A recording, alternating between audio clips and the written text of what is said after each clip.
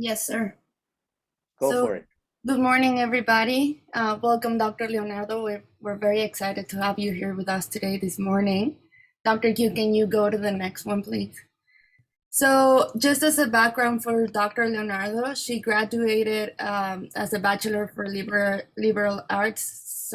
She graduated summa cum laude from Duke University in Pittsburgh. She then went to Medical University, to the Medical College of Pennsylvania and Hahnemann University. She then did general surgery at Allegheny in Pittsburgh. She then went to do neurosurgery in Buffalo, where she met Dr. Tuck, and they're very good friends. Dr. Tuck sends you a very warm regard and hug.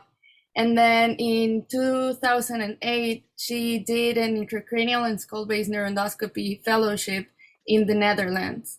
She then came back to the US as a professor in Buffalo, and then she moved in 2018 as a program director at Allegheny.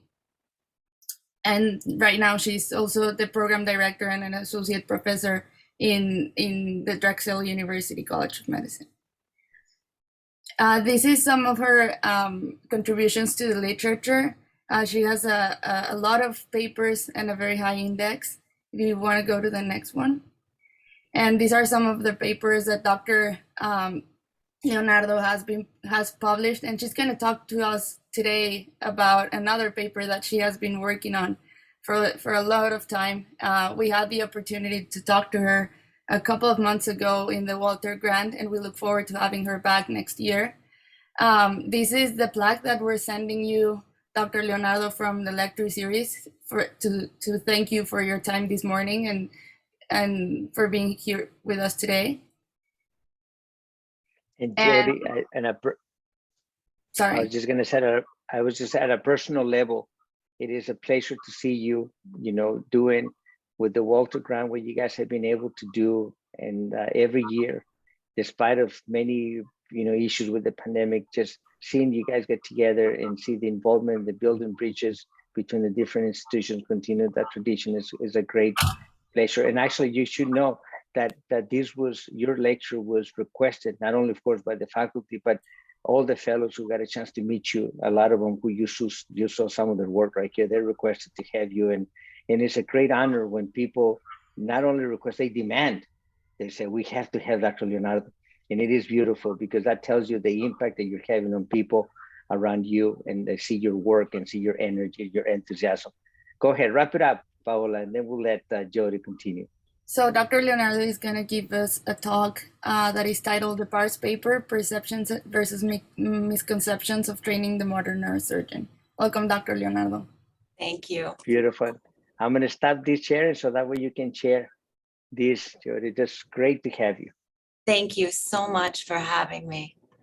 And let me just make sure. Can everybody hear me okay? Yes. You can see my slides? Yes. Okay. Well, special thank you, Dr. Q, for everything and for having me today. It's really an honor to be here. I can certainly say from the bottom of my heart that I've personally enjoyed the collaboration we've had with the Mayo over the past, oh my gosh, I don't even know how many years it's been, but you have enabled us to carry on our legacy of love and teaching. And again, I'm so happy to be here. And, listening to everything this morning, it really is earth shattering, and it blows you away in terms of seeing how much everybody at Mayo is doing around the world. What a platform. And, I was thinking of the talk I was giving, and I thought, well, I hope people are interested in this. I was going to talk about endoscopic neurosurgery, but it's so appropriate. And I think particularly in an institution such as yours, I'm really hoping that everybody will take something away from this. So moving on, disclosures. I am a consultant to Esculap, which is a company with intracranial endoscopy, and I do receive monetary compensation for time spent and product development, as well as professional and patient education. But most importantly, a personal disclosure. So the topic of this presentation came to mind probably almost 5 years ago. We had a combined orthopedic grand rounds, and a speaker came from the outside, and he talked to the neurosurgery and the orthopedic departments about faculty development and training, future residents. And at that presentation was all of my residents in neurosurgery and the faculty. And I thought it was one of the best presentations I've ever heard in terms of, what you need to do from a faculty perspective. But I was shocked that afterwards, the residents were horrified. They were upset, they were agitated, they felt that they were generalized. And really, I kind of walked away with that thinking, oh my gosh, how could I get so much out of that? And how could they just be really, turned off by that? And so fast forward to now, giving this presentation, I want to be very, very careful and very, very sensitive that I don't offend anybody, that I don't offend any students, any residents, any faculty members by giving this presentation, because, ultimately, when I look back on my career, and, surgery is wonderful and patients are wonderful, but I've gotten, so much fulfillment for being a part of these young students and trainees' lives. So I really hope I do not offend anybody. So moving on to my content warning sign, the terminology and generalizations that I use here, not meant to offend anyone. Rather, they serve as broad descriptions and oversimplification of various traits or characteristics that are used by historians to categorize and to classify generational differences. So I'm not a historian, obviously. Am I an educator? Well, I think by default, I've never received formal training in education. It's kind of learn on the fly. But this is kind of what I've put together. So I asked that everybody listen with an open mind, and hopefully this will encourage thought and potentially discussion. And consent has been obtained to use the photographs and videos in this presentation. So this all started with the PARS. And for those of you who know me, I do more cranial surgery than spinal surgery. And I have always been fascinated with the PARS because I don't think people really, there's not a great definition of it. And it's really interesting. It's a great pimping question for the medical students because it's a really hard anatomic structure to define. So I've always talked about this with my residents, and I always encourage them, and I've assigned them one at a time. Somebody needs to write like a historical, a historical kind of publication of where the term PARS came, what it means in terms of surgery. And to be honest, year after year after year, nobody followed through, which isn't surprising because sometimes we take on more than we can chew. And as I continued, and just through time asking people what the PARS are, these are some of the descriptions that I got from students, even residents. The bone between the two pedicles, the stuff between the facets, like there needs to be a much more defined definition. And so one day, Dorian came. Dorian, this is pictures from 2016. This is when Dorian was a PGY3. And I could tell by meeting Dorian that he had, he usually followed through. He was very attentive. And I thought, you know what, he's going to be the person that's actually going to take this PARS paper home to the finish line. So I approached him, I asked him, and he looked at me and he said, oh, Dr. Leonardo, that sounds like a great idea. He's like, let me get back to you. So fast forward 2-3 days later, he texts me, he goes, can I talk to you? And I was super excited because I thought, oh my gosh, he is going to do this paper. And he met me outside the intensive care unit. And he said, listen, I was thinking about what you were asking me to do. And I just want you to know, I'm not interested. And I just, I couldn't believe it. And I'll be honest with you, I was kind of agitated. Like, really? I asked you to write this paper. I gave you all the background and you decided, you made an intellectual, purposeful decision not to do it. So this is where this presentation comes from. So I was left by myself again with the PARS. So looking back, my training, and I think this is one of the reasons I was so put off, is that, back in the day, and I'm certain, that many of the faculty that are listening probably can agree with me. But when you were asked to do something, you did it. It was a structural hierarchy. And this goes back to my chair, which was Dr. Levy at University of Buffalo. He always talked about the message to Garcia. And so when you read the message to Garcia, it's an essay that was published back in 1899. And I think it still is very pertinent in modern day times, but essentially told the story of it was before the Spanish-American War, where President McKinley had to deliver a message to one of the leaders of the insurgency in Cuba. And so essentially, he needed somebody to go into the mountains and find Garcia and deliver this message. And one of his advisors in the room stood up and said, well, you know, I have just the person. And this person was Lieutenant Andrew Rowan. He's the person that will do it. And there's actually 2 movies about this, and you should watch them. They're real quick on YouTube. But essentially, when President McKinley asked Lieutenant Rowan to deliver this letter, he looked at him, he took the letter, he said yes, and he walked away. He didn't ask questions. He didn't ask what the temperature was in Cuba. He didn't ask how specifically he's going to get there, how he's going to pay for it. He just simply did it. So this essay, you know, it was written about individual initiative, and it was written about being conscientious with your work. And I think that's something that everybody can take, you know, no matter what generation you are. But kind of zooming out, when you look at the differences between, you know, through time and through residence and through training, you know, you want to pay attention to generational diversity. So generational diversity is a term which describes shared perspectives and experiences among individuals born within boundaries of time. So if you look on the right here, and this was published by Pew Research Center, this is just essentially a summary of the different generations. So starting at the bottom, you can see the silent generation, 1920s to 1945s, and none of these numbers are hardcore, there's a range. Baby boomers, 1946, 1964, Generation X, which is where I come from, 1965 to 1980, the millennial generation, 1981 to 96, and then the future generation, which is Generation Z. And what's really important when you look at this, this millennial generation, 81 to 96, essentially compromises 40% of the workforce back in 2020, but in 2025 will compromise about 75% of it. So right now in the workforce, for the bulk, it's the millennials that are with us. So zooming out and looking at this again on a larger perspective, you can see the average number of the population in the United States, Generation X, the millennials, and Generation Z.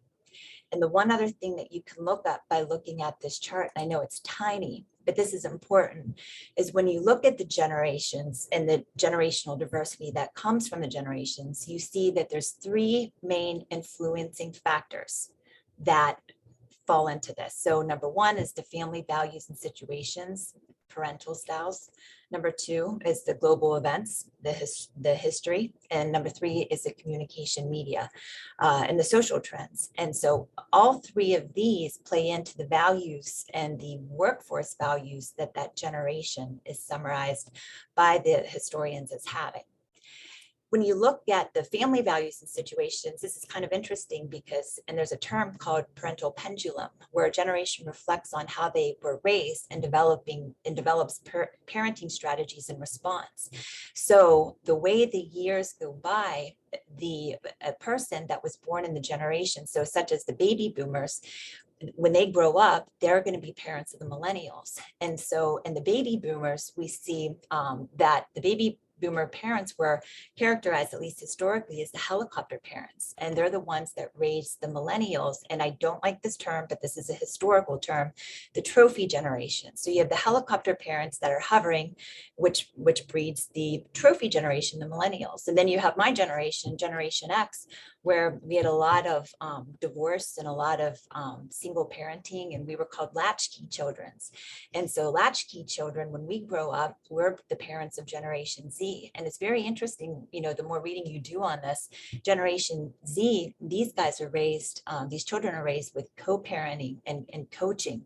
Their parents aren't necessarily their friends, but are in a kind of model of more as a coach.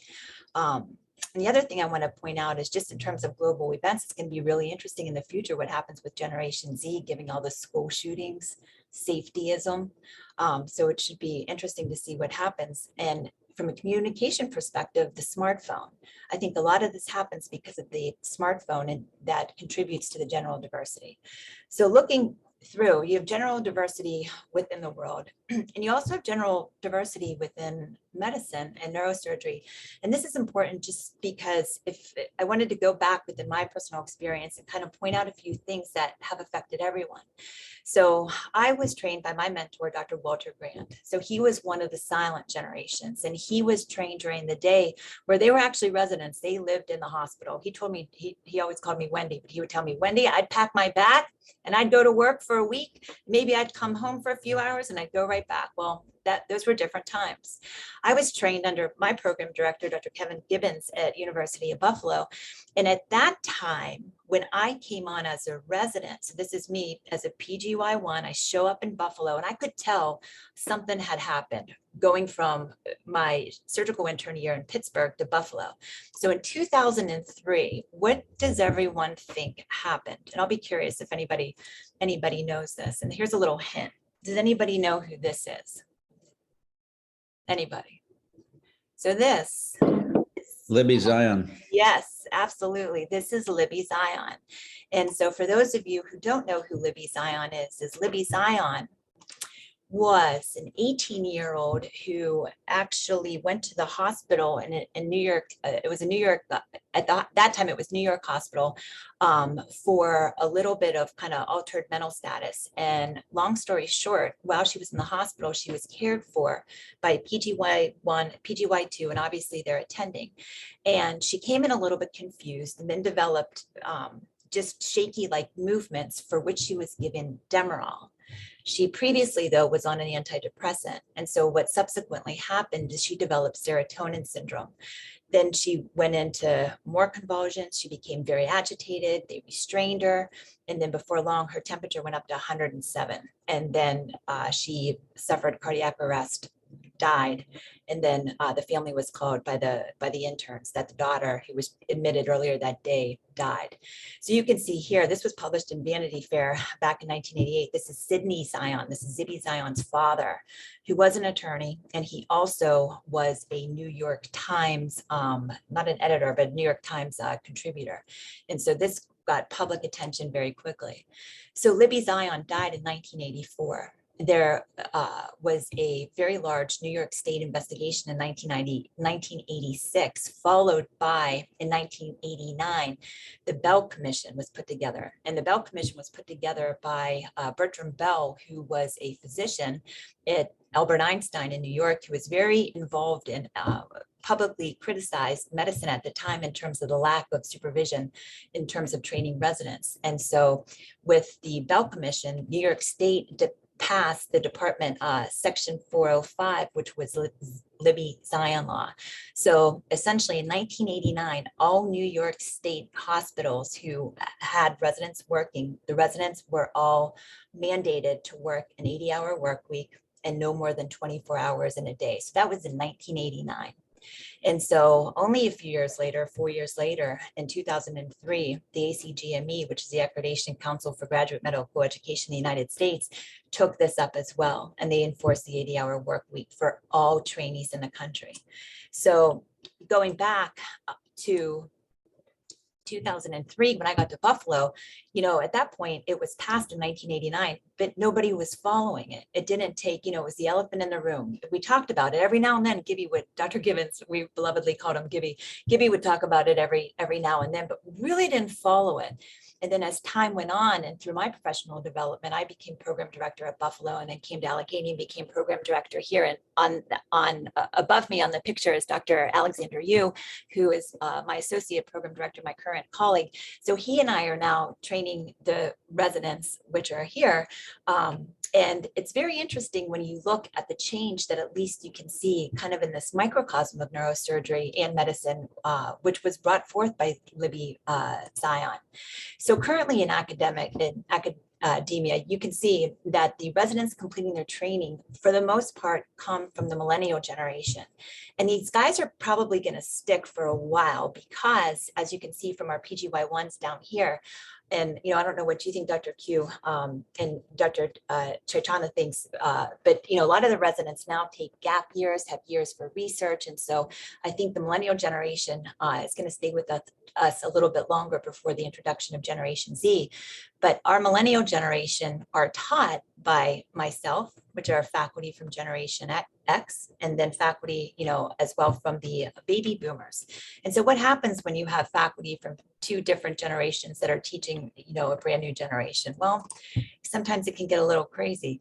So when you look at this table, which compares the generational characteristics, you can see that the millennials in the brown on the right side of the screen, in terms of their attributes, they're hopeful, they need structure, they often rewrite the rules, kind of like Dorian did, informal, team-based, and meaningful work. And when I read meaningful work, I thought immediately, wonder if that's why Dorian didn't write the PARS paper. Was that because it wasn't meaningful enough for him? But you can see where I started thinking about all of this.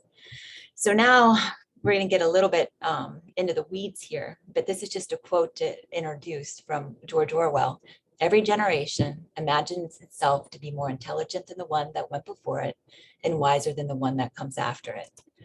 So I just pose this question to everyone. How do you perceive what's thought of as traditional training? And just think in your mind the different terms that would come. And I gave this talk to my residents, and one of them shouted out, horrific, horrifying. But I would beg to differ. I think it was hierarchical, it was demanding, it was very rigid, extraordinarily self-sacrificing, very impersonal. It was very heartwarming to see the love, that you guys have in your department, and sharing the baby pictures and the wedding pictures. It wasn't like that, 15, 20 years ago. But, and again, I don't, content warning, because a lot of this is oversimplifications. And often a lot of this too is, in neurosurgery and neurology, I think we do have the cream of the crop, and we have people that really have worked hard. And so these generational summaries may not be able to be applied to people in our group.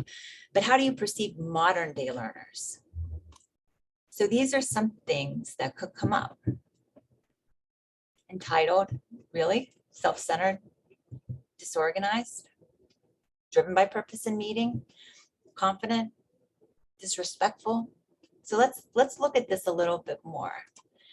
So when you look at the attributes of millennials, this is what you see. High levels of confidence and optimism, team-based leadership style. I saw that this morning.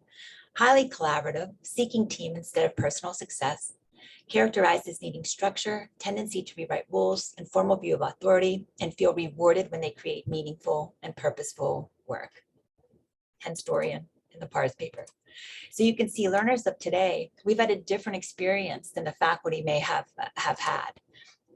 Learners of today, they have different values, they have different expectations, and they have different ethos. Why? Because they're a part of a different generation. We would expect them to have this. But the learners of today have caught the attention of academia as they are challenging the tradition of medicine that was formerly steeped in hierarchy and very, very structural. So as a result, with learners of today versus faculty, you can see where conflict, misunderstanding, agitation can result, leading to a breakdown of relationships, compromising the educational structure. So I flash back to how I felt, when Dorian told me, that's it, I am not going to, as a PGY3, I'm not going to write your PARS paper. So faculty of today, in response, we can't ignore the generational differences. You saw the numbers. This is not going to change. And we have to understand the values, the ethos, the expectations of the learners in order to work effectively. But most importantly, and I think this is, if anybody takes anything from this talk, we must examine our perceptions of the modern day learner and ask, are these perceptions accurate, or are these perceptions misconceptions? So looking at, this is an article published in 2018 in JAMA, and it talked about the myth versus the reality in terms of training millennials. And so just to give a few examples, one millennial myth is that they're impatient. Well, are they? Or are they used to rapidly, filtrating information and being able to act upon it efficiently? Entitled versus motivated. They don't view social distinctions as we may have in the past, but they're very autonomous, and they'll get to the core of what they're looking for on their own. They may not use the latter, but they'll get there because they're motivated, not necessarily because they're entitled. And this is one of my favorites: lazy versus balance. So I'm going to be honest with you. When Dorian told me, I think I'm going to have to go to counseling for my encounter with Dorian. But when Dorian told me he wasn't going to write the paper, I thought, oh my gosh, he is so lazy. He is so lazy. But really, I think he probably wasn't really lazy. It was purpose over process. So how to best train modern day neurosurgical residents as I tie this up. I think what's important is you need to restructure your perception of mentoring, and you need to tailor your approach to the learner's attributes, embrace a new take on traditional surgical competencies, which we'll talk about briefly. Mentorships, I think one of the most important things in life is to find a good mentor. Because it's a gift that keeps on giving. And what's really interesting about being a mentor and being a mentee is you don't just find one, it's a two-way street. You have to find someone and they have to want to commit and to give time to you. But if you can find somebody that engages with you, it could be one of the most beautiful experiences. When you look at mentoring versus the old way, so this was a chair that Dr. Grant had in his office, and I would sit on this chair for hours, and he would pontificate and talk to me about all sorts of intracranial endoscopy and projects. And, at this point in time, those relationships really take a different form. And often you'll see in terms of an academic institution, there's many different opportunities for micro-mentoring. So micro-mentoring is essentially 1 to 2 minute conversations, rapid thumbs up, thumbs down, yes, no. And with micro-mentoring, you can build these relationships over years. And I think one of the challenges for faculty is, when a resident pops in to ask you a question, you might say, okay, they didn't make an appointment, this is an interruption. Well, you know what, change your perspective, keep your door open, take advantage of the opportunity when they're scrubbing with you and ask you a question. Take advantage. I always tell them, I'm flying around the hospital, 50 million things to do. I always say, come walk with me. And we have a beautiful facility at AGH. My hospital where I work was built in 1887. And we have a brilliant modern day expansion. This place is really an incredible atrium with a coffee bar. And I'll say, come on, walk with me, and we'll go get coffee. And it's just those 2-minute walks, which really, I think, give you a nice platform to talk. Reverse mentoring. This is one of my favorite with the residents. You can see all these modern day apps on your phone. I really didn't know many of them, but allowing the residents to teach you something as faculty really builds a bond with the residents. This is one of my chief residents who I honestly, fantastic person. Drilling a hole for an ETV. I always tell them, drill the burr hole between the size of a nickel and a quarter.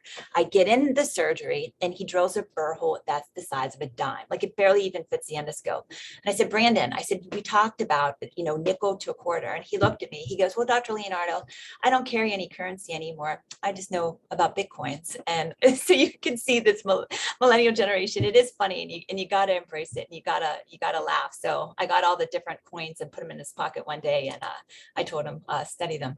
Mentoring teams, get groups of people together to mentor. And what this does is it allows for cognitive diversity and the power of group thinking. So this is one way that we can really embrace millennial thinking and educate. And just a few comments here, and this was published in 2018, the Annals of Surgery. The millennials are here and they expect more from their surgical educators. And this is important because it teaches us that we need to tailor our approaches to the attributes of the millennials. So be positive, present the negatives as opportunities for improvement, not just come in and tell people why they need to improve. Invite them to join you, see firsthand what you do. Avoid pimping. And this is my favorite, and I think this is one that I've been personally most challenged by, is you need to abandon the concept that this is how it's always been done. It's time to change. It's time to move into the next millennium. In order to gain competency in a surgical domain, you need knowledge, you need skills, and you need attitude. And knowledge can come from many different means. YouTube videos, and you guys did such, beautiful illustrations of the ABNS cases and the different videos. All of those are phenomenal learning experiences that might not have been available when the faculty were learning. And this form of blended learning can keep it interesting and keep everybody engaged. In designing a curriculum, and for the program directors across the country, this is tough because you have a 7-year training period of different levels that you have to probably use these academic hours to incorporate and to include everyone. So designing this curriculum to get people from knowledge to actually performance. And one thing I just want to say real quick is getting to performance from the level of competence. Competence is what a physician is capable of doing, as demonstrated in an educational setting, but performance is what a physician actually does in practice. And that's attitude that gets you from competence to performance. And so when you're learning a skill, you want to incorporate all this blended learning with online videos. You know, back in the philosophy of William Halstead, see one, do one, teach one. You want to show the learner how, you want to tell the learner what you did, you want to ask the learner to tell you how, and have the learner show you. And we do this, and you guys do this because I've seen your beautiful simulation lab in the past. You know, all of these operative experiences where they can practice in a group and bounce ideas. We do the simulation, and this is my partner Alex, who's taken a resident through a subarachnoid hemorrhage rupture, and you can see this is so much fun, and it does build a ton of camaraderie. And my partner is really quiet, but he lets loose on these, and he pretends that the aneurysm ruptures and the PGY1 is, you can see his heart rate goes up, and it's just like a great bonding session that everybody has in the spirit of education and attitude. These small group sessions where residents can teach each other under faculty development and build and talk is one of the best ways that you can really change the attitude and get these residents from a competence to a performance. And before I close up, this is my PGY5, and he's somebody, and I call him in my mind, he's my resident academic champion. Reflection cements the importance of the meaning and the purpose of what is learned in the group session. If you have a resident that's very mature and professional and articulate, these guys really help because they reflect, and through their reflection, they everybody grabs onto it. They become a part of the discussion. So facilitating the residents that show us what we need to do and what we need to learn. So in summary, generational diversity happens, change is necessary. And to the learners, for us, perceptions, misconceptions goes both ways. You guys got to look at us, and you guys got to be patient with us, because we too, just like you, we're learning and we're growing. And to the faculty, practice your modern mentoring and practice tailoring your approach to the attributes of those that we teach. And let it go. Let go. This is how we used to do things. You know, it's time to start afresh. It's time to start, anew. And to the PARS structure that I'll probably will never publish a paper about, I thank you. And Dorian just to close this up. Can you guys hear this? So I just wanted to ask you a question, and I apologize for bringing this up again. But can you just tell me one more time why you chose not to write the PARS paper? Forced laugh. The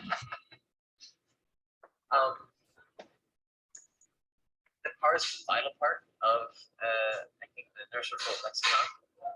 But at some point, you start becoming overcommitted to things, and products have to go out to the wayside, and instead of having them wither away and just sort of take their time and just fade away into the darkness, sometimes it's better to have a clean break that you can find someone else to take over. So why did you break away from the PARS paper and not the other papers?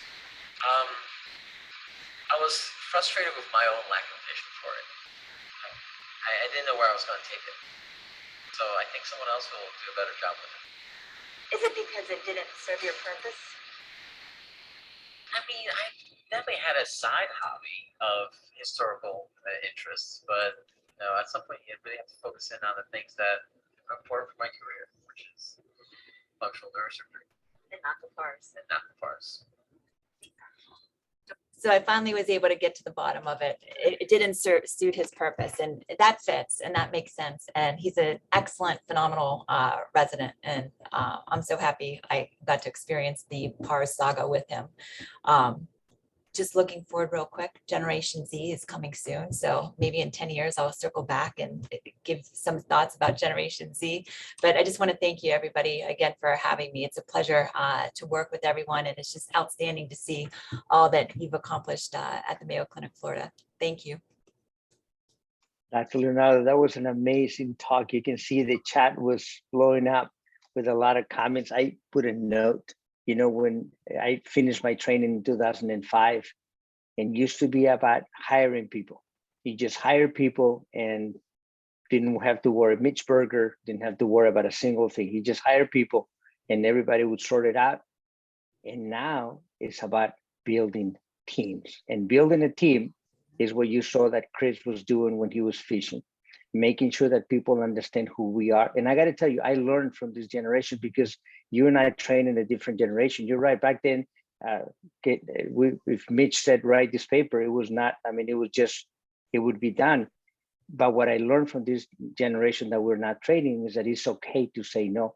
Last week, I had a good friend of mine that needed me to do something. And I was there in the surgeon's lounge. And for the first time, I flat out say, sorry, I can't do this. And it was something related to work. And it was something simple, but I realized that it had no meaning to me. And I was already overcommitted, which is what your resident did. For the first time, you know, in my 5 decades of life, I done that because I'm learning from this generation that is teaching us. I open it for questions right now because I think there's a lot of stuff. I'm going to start with Dr. Fox, who also, he and I, we had a lot of discussions. First, the message to Garcia. Chris, you want to comment on that? Sure. Dr. Leonardo, thank you so much. That was very interesting and thought-provoking, and really appreciate your insights. But ironic, you know, we showed pictures of my boat. The name of my boat is Message to Garcia. Is it? It is, yeah. So we're the exact same age. I'm also a bicentennial baby, and I'm sure we were exposed to many of the same things. I was also in the Navy. So I had a Navy scholarship. My first neurosurgery job was in the Navy, and that's a very traditional teaching because Lieutenant Rowan, of course, was you know, a Navy lieutenant who was tasked with taking the message to Garcia. So for the better part of 120 years, junior officers have been tasked with taking the message to Garcia.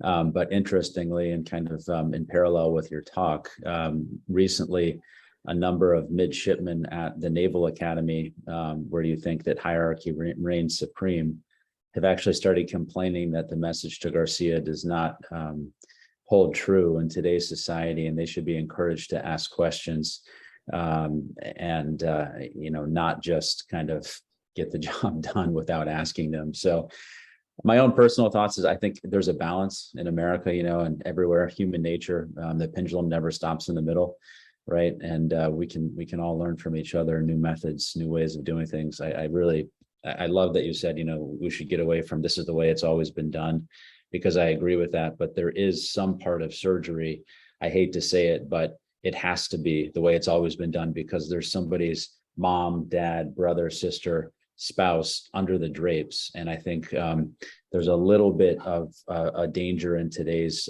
surgical training of forgetting that a little bit, because if we want to do things our own way, that does sometimes put patients at risk. So there has to be a balance of the old and the new. And I just hope that you know, we have to look at this from a 360-degree perspective. That means trainees have to also learn from us that it's not always just their way, because we know the ways that are safest for our patients. You know, hopefully in that case, the dime-sized burr hole didn't cause any problems, but you know, there's certain things that just, you know, you have to walk first. You can't start off sprinting. But thank you so much. I really appreciate your talk. Oh, thank you. Thank you so much. And Jody, as we continue, if you don't, anybody has a question, please raise your hand so I can see you. You pop up in my camera. But I was thinking about what Chris just said right now, i.e. the checklist manifesto. All right, it took one's paper and the work, airline companies, the operating room. We now encourage people to speak up, anybody in the operating room, because we realize that the reason why airplanes were going down is because people were afraid of authority, right? And we cannot tolerate that, because as Chris said, we have lives in our hands, and that doesn't mean that we're right all the time. We may actually be in a rabbit hole and we don't even realize it. So encouraging people, that's actually a nice hybrid combination of things. On the other hand, is the ability to get proximal and distal control, the principles of surgery. They have not changed.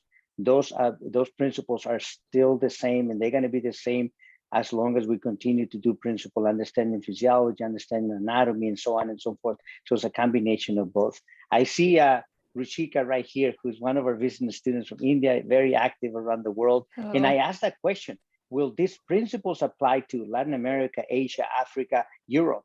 You know, the generations. And I'm asking that question because at the same time, you see, I have students from all over the world. I'm going to challenge them to help me understand that, because I do really work in this international platform and I need to understand this a little bit better. Ruchika, go ahead, please. So I think I can answer that question for India.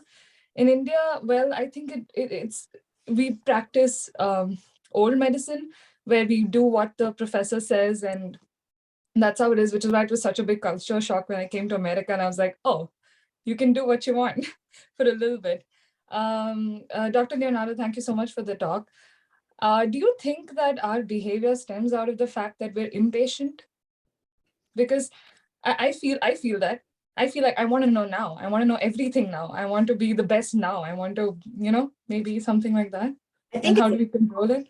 Yeah, I think it's a combination of different things.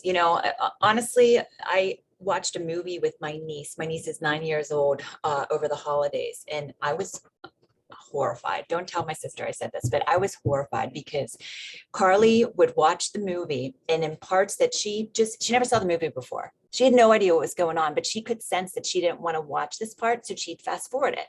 And I was like, Carly, I'm watching it. And she just kept, oh no, it's not important. Next part. That was what she did. And I thought, oh my God, she's Generation Z. And I thought, oh my gosh, we are in such big trouble. So the reason that I brought that up I do think that the smartphones, the social media, it has made kind of us as a society be less attentive, and with less attentive, you get the sense that people are impatient. So I think I do think that some of this is true in terms of, the societal trends do affect what happens. So do I think that your generation is impatient? Not necessarily. I think you're probably engaged, and I think you're probably anxious, and I think you're probably excited to get things done. So it depends on how you perceive it. But Generation Z, I don't know what we're gonna do with this next one. And of course, Jody, to augment this level of complexity, the fact that they're communicating in a different way. Snapchat, TikTok. I'm going to ask you a question. Do you have a TikTok account? My niece made me one, and I deleted it because I was getting sucked in, because I would watch it. But it was only because I had one. But it is important that we understand, because I just created my TikTok account thanks to Manuela here, Alex, and Paola. And I actually last night I put my first video all by myself. I made like tons of mistakes, and Manuela was texting me last night from wherever she is in the world. But it is important for us to understand how they communicate. This is why we give the updates in social media, because the world is changing, whether we like it or not. And you're in your late 40s, early 50s, you still have 20, 30 years of life. And if we don't understand this, it's not going to allow us to communicate better and provide better patient care for a future generation. So I applaud you for doing this. I got two more questions right here, and then I want to get you to the residents to talk to them. Sharia and then JP. Go for it, Sharia, please. Hi, Dr. Judy. I thought what you said today was so relevant because I came from India too, and practicing as a physician in India and working here at Duke. I work at Duke as a postdoctoral fellow in the Department of Neurosurgery.